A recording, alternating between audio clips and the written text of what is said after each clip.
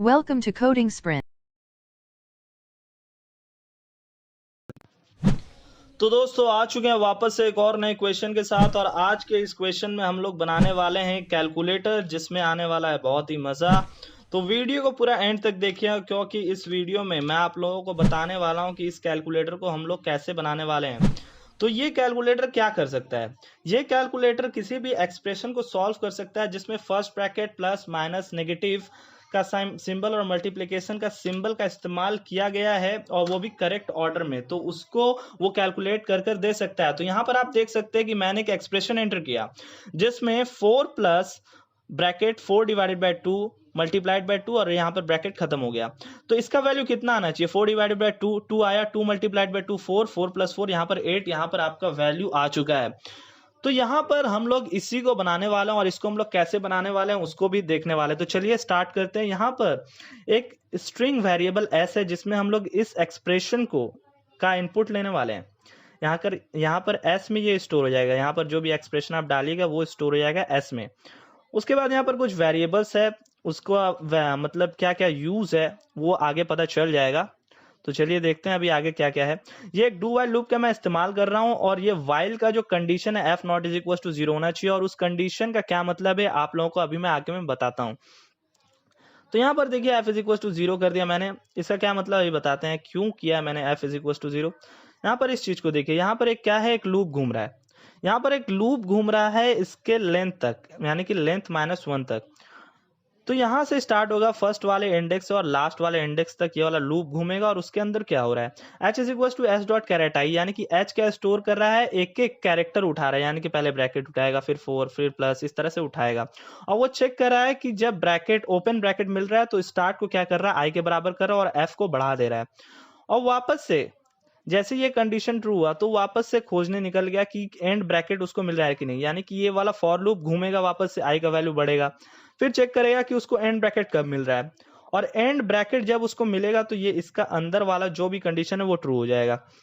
जैसे कि मान लीजिए कि यहाँ पर हम लोग ट्रैवर्स कर रहे हैं तो स्टार्ट तो उसको 0th वाले इंडेक्स पे ही मिल जा रहा है, लेकिन जब जैसे जैसे आइट्रेट करते जाएंगे तो स्टार्ट का वैल्यू क्या हो जाएगा, स्टार्ट का वैल्यू हो जाएगा यहाँ पर थर्ड वाला इंडेक्स। क्यों थर्ड वाला इंडेक्स हो जाएगा, क्योंकि हम लोग आइट्रेट करते हुए आ रहे हैं और ये अंदर का कंडीशन ट्रू नहीं हो रहा, अंदर का कंडीशन ट्रू नहीं हो रहा, और ये वाला भी कंडीशन ट्रू नहीं हो रहा, तो यहाँ पर ब्रेक भी नहीं हो रहा है।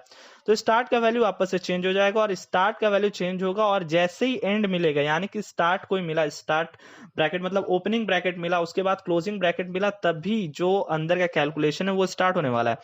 तो यहाँ पर जैसे स्टार्ट में स्टोर हो गया थर्ड वाला इंडेक्स, और क्या स्टोर हो गया यहाँ पर, जो एंड वाला जो है वो उसमें क्या स्टोर हो गया, आपका 7th वाला इंडेक्स। और ये क्या है, स्टार्ट एस डॉट लेंथ, यानी कि स्टार्ट एस डॉट लेंथ से कम होना चाहिए। यानी कि यहाँ पर क्या कहना चाह रहा हूं मैं कि जो स्टार्ट का जो वैल्यू है वो एस डॉट लेंथ से कम होना चाहिए। क्यों कम, और ऐसा मैंने क्यों लिखा है, ये कंडीशन भी तो हो सकता है कि कोई किसी ने ऐसे डायरेक्ट मतलब क्लोजिंग ब्रैकेट डाल दिया और ओपनिंग ब्रैकेट डाला ही नहीं, तो स्टार्ट का वैल्यू क्या रह जाएगा, 999 रह जाएगा। 999 मैंने क्यों दिया, क्योंकि इतना बड़ा एक्सप्रेशन जनरली कोई डालता नहीं है, तो इसलिए मैंने यहाँ पर 999 दिया है। तो स्टार्ट का वैल्यू तो 999 ही रह जाएगा, और एंड का जो वैल्यू है वो ट्रू हो जाएगा। तो यहाँ पर इसीलिए कि ये वाला जो अंदर का कंडीशन है वो रन नहीं करे, इसलिए मैंने स्टार्ट एस डॉट लेंथ किया है, एस डॉट लेंथ मतलब start S less than S dot length किया है, ताकि ये वाला जो 999 है, अगर 999 रहता है तो अंदर का कंडीशन ट्रू नहीं हो। और मान लीजिए ऐसा हो जाता है, यानी कि स्टार्ट में थर्ड आ जाता है और एंड में 7th वाला इंडेक्स, यानी कि ये वाला आ जाता है थर्ड और 7th। उसके बाद क्या हो रहा है कि एफ को मैं वापस से बढ़ा रहा हूँ यहाँ पर, और यहाँ पर देखिए क्या है, if start plus 1 not is equals to end and start not is equals to end. यानी कि ऐसा नहीं हो रहा है कि एक ब्रैकेट स्टार्ट हो रहा है फिर बंद हो जा रहा है, ऐसा नहीं हो रहा है, और स्टार्ट एंड के बराबर भी नहीं हो रहा है। यानी कि स्टार्ट का जो इंडेक्स है और एंड का जो इंडेक्स है वो बराबर नहीं हो रहा है, तब ये वाले कंडीशन के अंदर हम लोग घुस जाएंगे। और ये वाला कंडीशन क्या है, पी क्या कर रहा है, S dot substring start plus 1 comma and, यानी कि जो स्टार्टिंग वाला जो इंडेक्स है, जो ब्रैकेट जिस जगह से स्टार्ट हो रहा है और जिस जगह क्लोज हो रहा है, उसके अंदर में जो वैल्यू यानी कि 4 डिवाइडेड बाई 2 है, इसके अंदर अगर कोई और ब्रैकेट होता है तो उसके अंदर वाला जो वैल्यू उस तरह से वो निकालता है। तो यहाँ पर क्या हो रहा है कि 4 डिवाइडेड बाई 2 वो पी में चला जाएगा, और double m is equal to double dot parse double BODMAS p. BODMAS p क्या करेगा, बॉडमास पी आपका एक स्ट्रिंग वैल्यू रिटर्न करेगा, और स्ट्रिंग वैल्यू में क्या स्टोर रहेगा, इसका कैलकुलेटेड वैल्यू 4 डिवाइडेड बाई 2 का जो कैलकुलेटेड वैल्यू, यानी कि 4 डिवाइडेड बाई 2 आप जब भी नंबर के हिसाब से करते हैं कि 4/2 क्या आता है, 2 आता है, तो वो यहाँ पर स्ट्रिंग के फॉर्म में 2 को रिटर्न करेगा और ये डबल में कन्वर्ट कर देगा। और उसके बाद यहाँ पर क्या है, if start not is equal to 0 and s dot char at start -1 is equal to minus end m less than 0। ये वाला एक स्पेसिफिक कंडीशन के लिए, और वो स्पेसिफिक कंडीशन क्या है वो मैं आप लोगों को दिखाता हूँ कि वो स्पेसिफिक कंडीशन है क्या।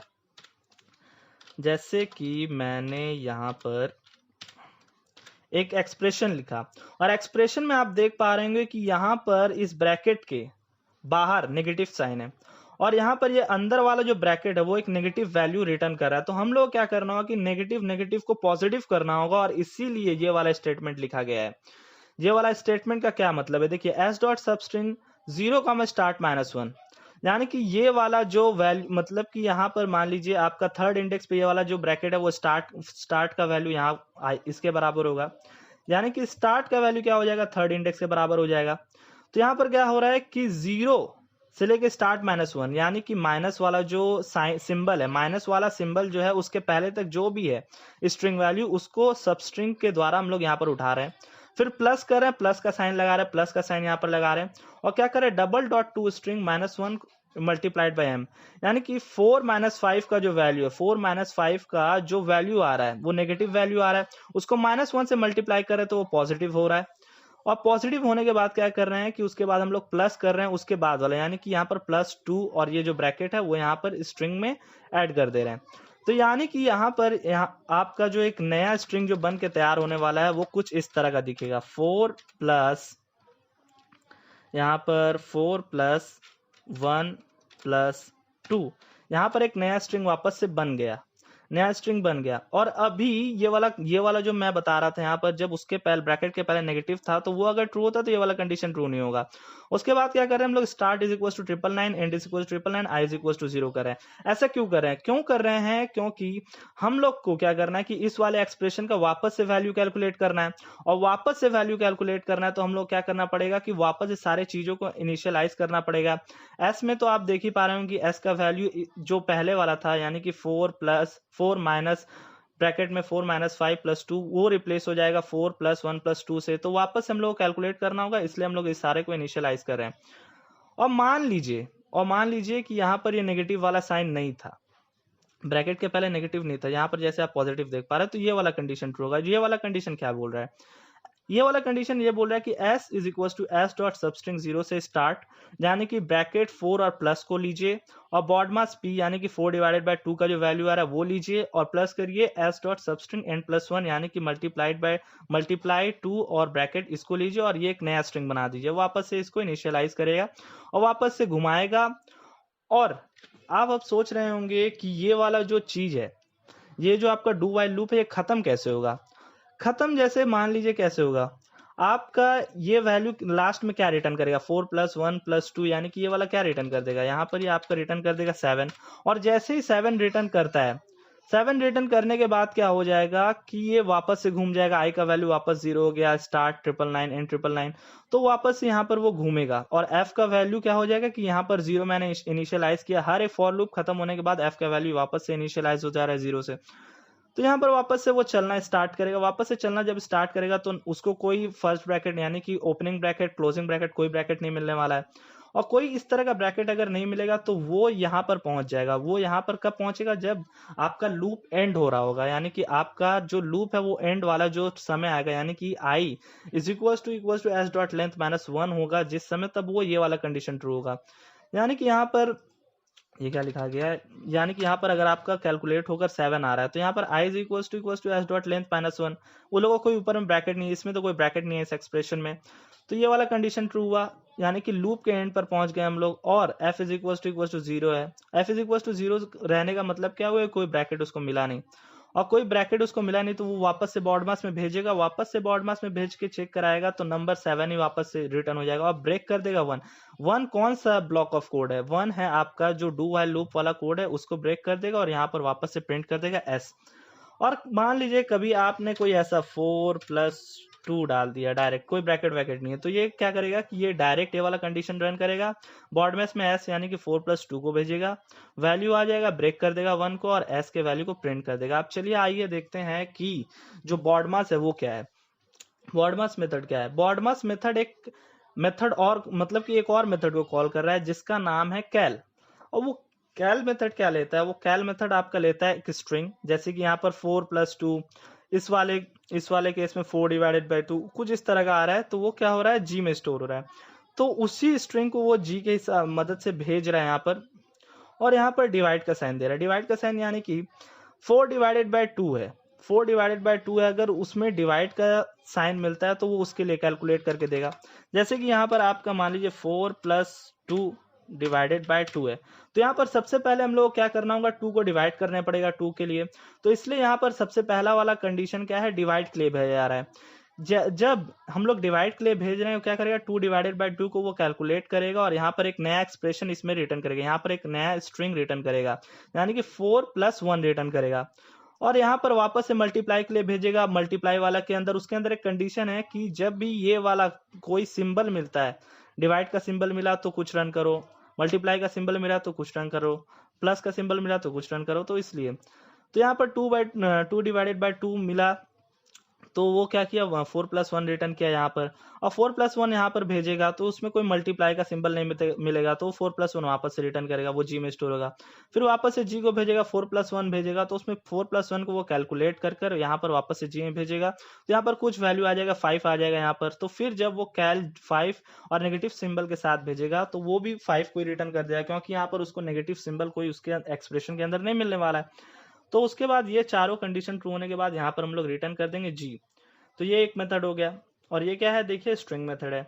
और एक स्ट्रिंग मेथड है जो कि कैल है, और ये क्रूशियल है, इसको ध्यान से देखिएगा क्योंकि इसको समझने में हो सकता है कि आपको थोड़ा दिक्कत हो, लेकिन मैं पूरी कोशिश करूंगा आपको इसको बहुत ही अच्छे से समझाने का, मैं समझा ही दूंगा।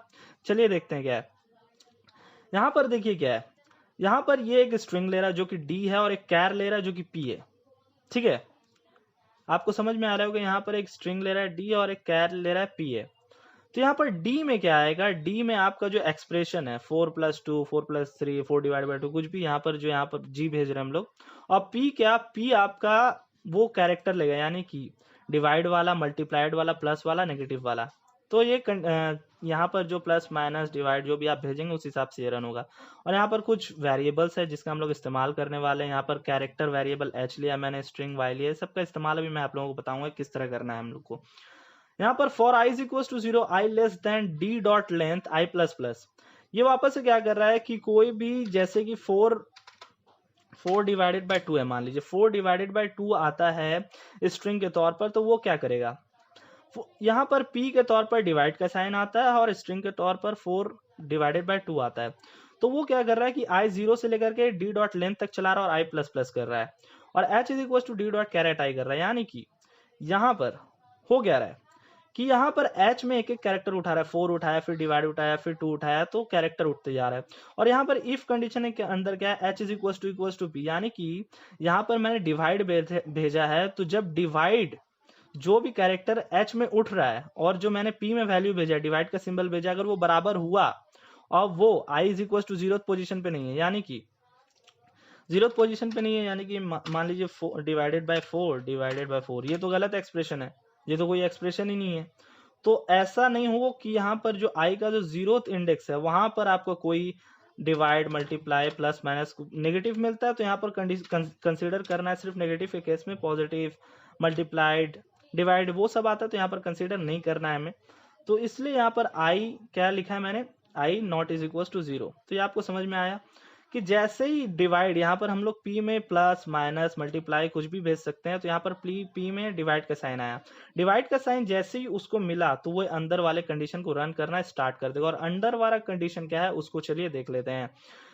तो यहाँ पर अंदर में क्या है, f is equal to i-1, यानी कि यहाँ पर जब भी उसको डिवाइड वाला मिला सिंबल, तो वो क्या कर रहा है कि f में स्टोर कर ले रहा है उसका पिछला वाला जो इंडेक्स है, यानी कि फोर्थ वैल्यू जिस जगह पर है उसका इंडेक्स वो स्टोर कर ले रहा है।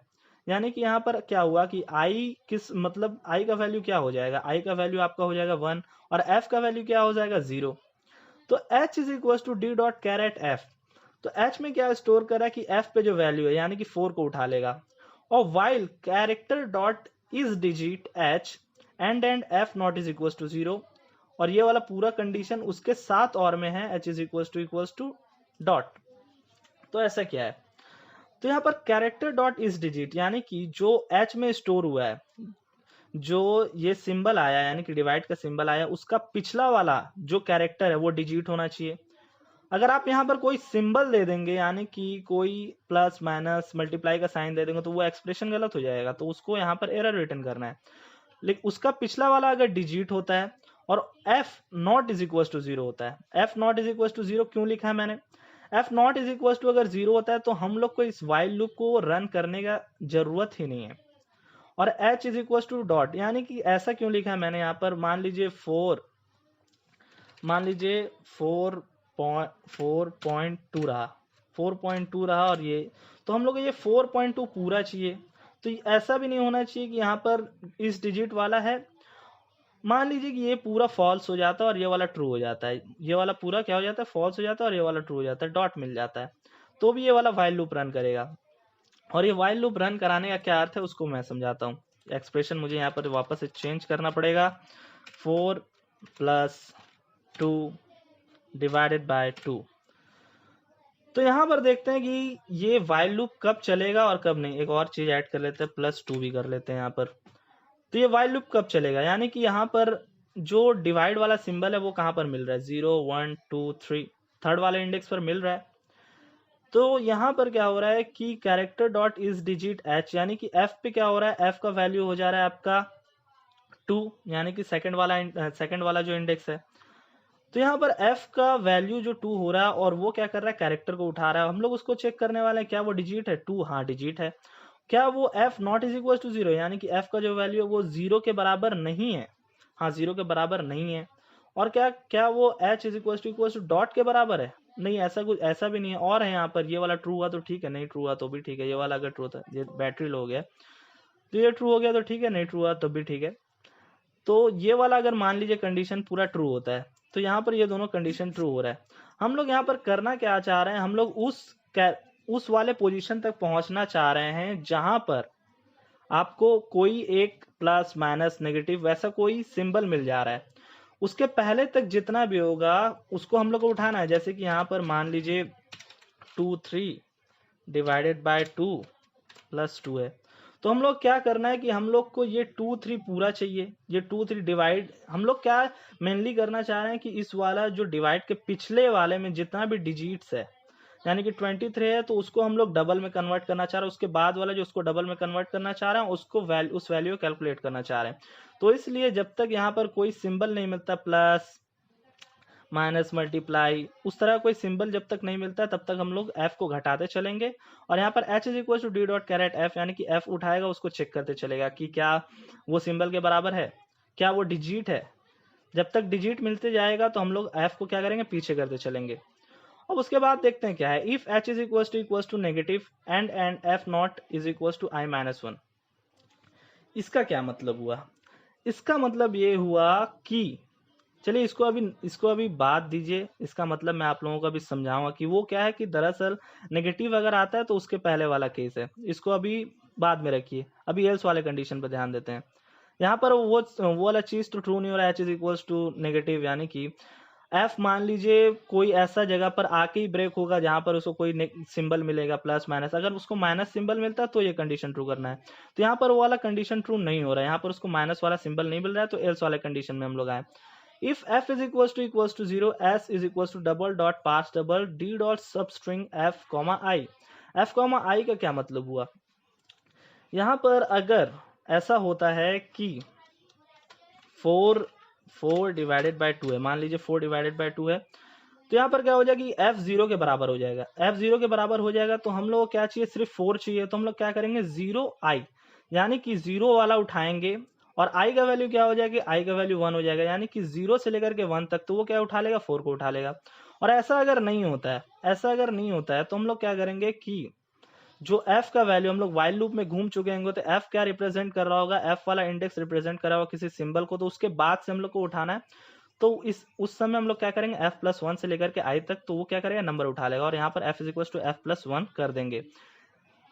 और यहाँ पर ये जो इफ वाला कंडीशन नेगेटिव वाला है तो यहाँ पर मेनली करने का मतलब यही है, अगर कोई ऐसा चीज है -4 डिवाइडेड बाय 2 है तो -4 डिवाइडेड बाय 2 है, तो हम लोग क्या है पूरा -4 को उठाना है, लेकिन हम लोग पूरा -4 को डबल डॉट पास डबल करेंगे तो वो एरर थ्रो कर देता है। तो हम लोग क्या करेंगे कि 4 को उठाएंगे और नेगेटिव सिंबल यहाँ पर डाल देंगे, ठीक है।